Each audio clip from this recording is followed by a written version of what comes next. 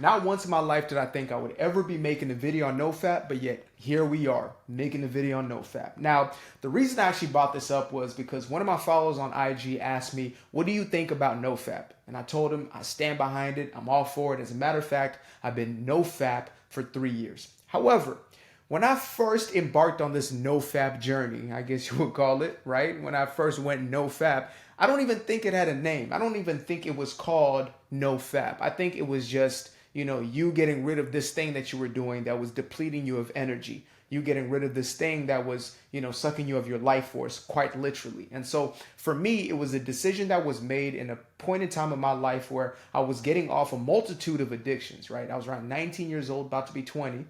I think I was like 3 months or 4 months away from 20 years old. And I made the conscious decision to get off of drugs, to stop drinking, to stop the partying lifestyle, to stop selling dope, etc. And along with that, and the natural progression was getting rid of this aspect of my life, which was just as much as addiction as everything else, right? It was something I indulged in on a daily basis, sometimes multiple times a day. And I never really would have seen my life without it because I thought it was so normal. Like, it's been normalized in our culture. We just see it as a part of everyday living, right? It's available for everybody.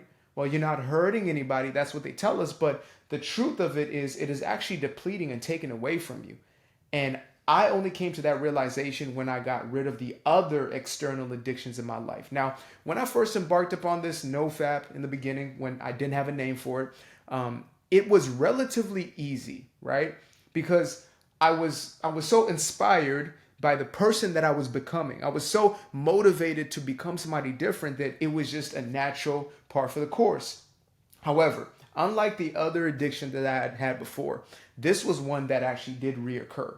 And it only reoccurred for maybe a month or two, twice within the last 7 to 8 years. And that's not a bragging thing. That's just to tell y'all the power of transformation, like the power of identity shifting and identity change. And when most of us think of these subject matters like NoFap, we think from the external, we think from the surface, and our reasons for doing so are usually external, right? So we think to ourselves, okay, I'm going to be more attractive. I'm going to have that glow they talk about, right? Women are going to be after me. And so we have all these reasons that are all extrinsic or external, not understanding that if that's our only reason for doing what we're doing, we're not going to stick to the things that we desire, right? Like if your only ambition is to get the Lambo, you might get the Lambo, but once you get it, it's not going to satisfy. And I'm not saying don't go get the Lambo. Like, trust me, I'm going to get the Lambo. That's me. I don't know about you, but I'm going to go get all that. But at the end of the day, that's not the driver for me because it's not going to fulfill. I have to find that from within myself. And so when I quote unquote relapsed, I had to really introspect and think to myself, what brought me back to this place? Like, why did I find myself, in a dark room by myself late night, right? Feeling lonely, feeling like there was no love in my life. Like, what was the true reason why I was doing this? It wasn't just quote unquote, to get one off or to entertain myself. It was much deeper. It's always deeper than we'll give it credit for. And what I started to realize was the reason I was doing this was relatively simple. It's because I was trying to run from my anxiety. I was trying to escape those negative emotions as opposed to facing them and confronting them. I didn't want to face the fact that I felt disconnected from myself, inauthentic, that I was living a life that was subpar or living a life that was so far removed from who I truly was. I didn't want to face those aspects, right?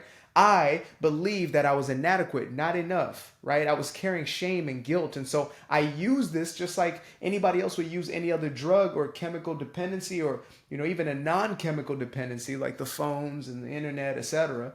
Well, actually, technically, they can be considered chemical dependencies, technically. But I was using it in the same way anybody would use anything else. I was using it as a distraction from myself. I was using it as a means to get that quick hit of dopamine, that instant gratification. And essentially it allowed me to suppress what I was really feeling in those moments. And it would always happen when I was by myself, right? That's how it happens. Y'all know. You know exactly what I'm talking about. You're by yourself. Maybe you had somebody who's going to come over, but they didn't come over. Ah, man. Now you're feeling like you're not loved. Did they even want you in the first place? You got all these emotions running through you. And instead of confronting them and dealing with them and realizing these are patterns, these are habits of thought, these are your belief systems, we just run to the phone, run to the laptop. Boom. Hoodie on, probably creeper mode, right? you put yourself back in that space. And so when I hear of individuals saying, you know, I relapse, oh man, I fell back into it, etc., what I think to myself is there has not yet been a change of identity. How you see yourself has not changed yet, because that's everything. Like you can try to build muscle all you want. Like if you're skinny, if you're overweight, you can do everything in your power to try to lose weight. But for as long as you continue to have an image in your mind of a skinny, frail, or overweight dude or chick, forget about it. You will always find a way to get right back into that image, right? You will always find a way to get right back into your old belief systems. If you believe that you are not worthy to have this amazing physique, right? You're not worthy to live in that type of body. And I know this might sound, real sensitive or whatever, but this is the truth. This is how we deal with these things. And it's honestly going to be the most difficult journey that any of us embark upon. You think them weights that you're lifting is difficult? Wait until you lift these real life weights, as Coach Bobby Blufer says. These are real life weights you got to lift. These are real aspects and parts of yourself you got to confront. This is the childhood trauma that you don't want to face, right? It's the things that mommy and daddy might have said that you don't want to deal with. It's the pretending and the suppressing that you have done up until this point in your life that you're dealing with. I know when you saw the NoFap, you ain't think we're going to get this deep. We're getting this deep because the problem is this deep and the solution is simpler than we allow it to be. It's not about, how do I chemically induce or cognitively, yes, there is a cognitive reprogramming, but it happens through a different process than we may think, right? You're not going to pop a pill and something's going to change for you. You're not going to go out there and do something and things are going to change. It's like if you're looking for confidence through muscle building, right? If you believe that getting muscle, a six-pack, or getting the body of your dreams is going to bring confidence, I promise you, you're going to be utterly shocked, right?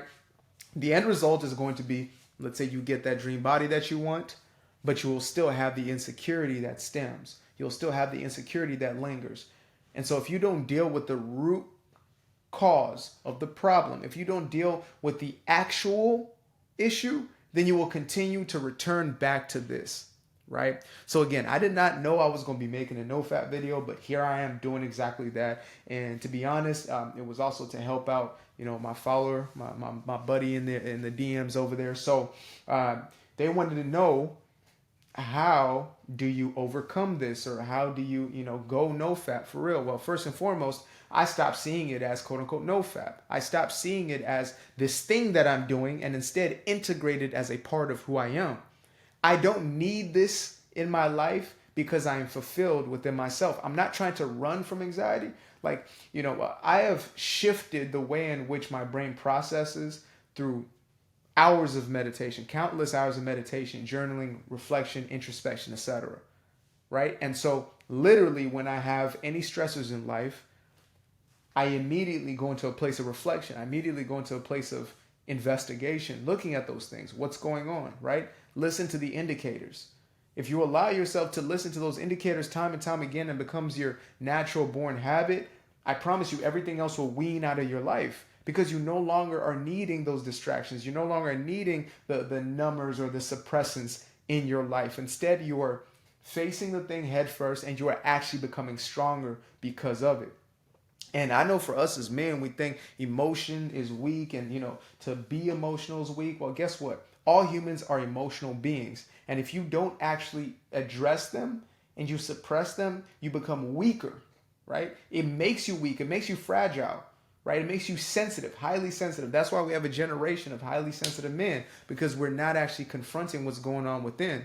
And it's time to change that. So, you look at this NoFap situation, the root, how to get deep, how to actually deal with this problem, go within.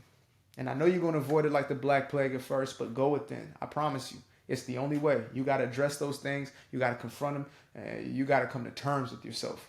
And you got to remember who you are, that you're worthy of love as you are, right? Not because somebody is showing you love, not because somebody's attracted to. That's not what makes you valuable.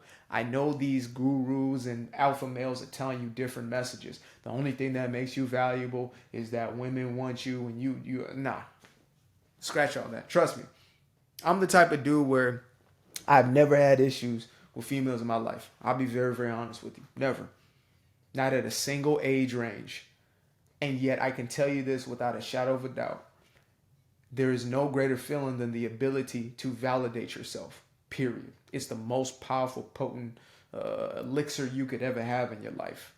To be able to validate you, game over. You don't need anything else. Period. That being said, shameless plug, actually guilt-free plug. Wrote my first book, Doing Me Guilt-Free. Make sure to get yourself a copy of one of these by clicking the description or the link in the description below. Peace.